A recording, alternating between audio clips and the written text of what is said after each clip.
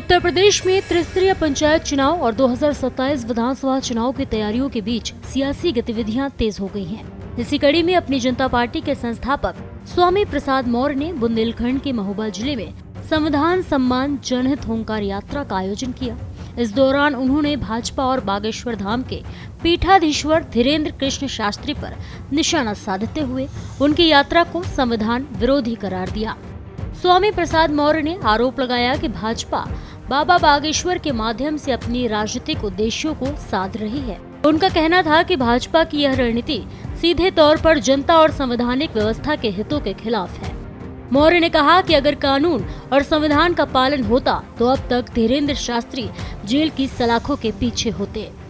मौर्य ने राज्य में बढ़ती राजनीतिक और प्रशासनिक समस्याओं की ओर भी ध्यान दिलाया। उन्होंने कहा कि उत्तर प्रदेश में जंगल राज और ब्यूरोक्रेसी का दबदबा साफ नजर आ रहा है।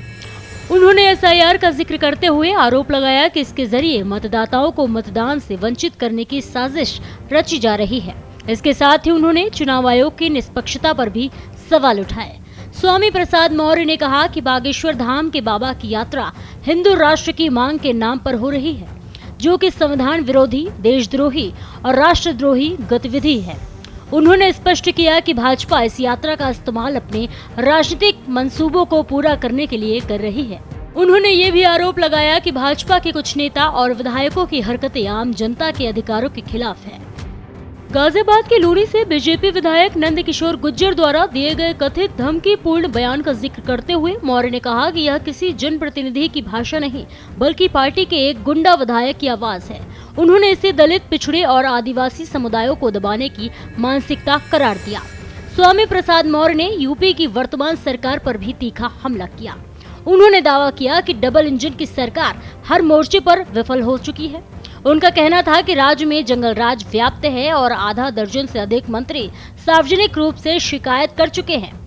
उनके विभागीय अधिकारियों ने उनकी बात तक नहीं सुनी। मौर्य ने इसे आम जनता की स्थिति का प्रतीक बताया। जनता पार्टी के संस्थापक ने अपनी पार्टी की आगामी योजनाओं का भी खुलासा किया। उन्होंने कहा कि उनकी पार्टी जल्द ही पूरे प्रदेश में संगठन विस्तार की गति तेज करेगी। उनका दावा है कि आने वाले विधानसभा चुनाव में जनता पार्टी भाजपा को सत्ता से बाहर करने के लिए पूरी ताकत लगाएगी।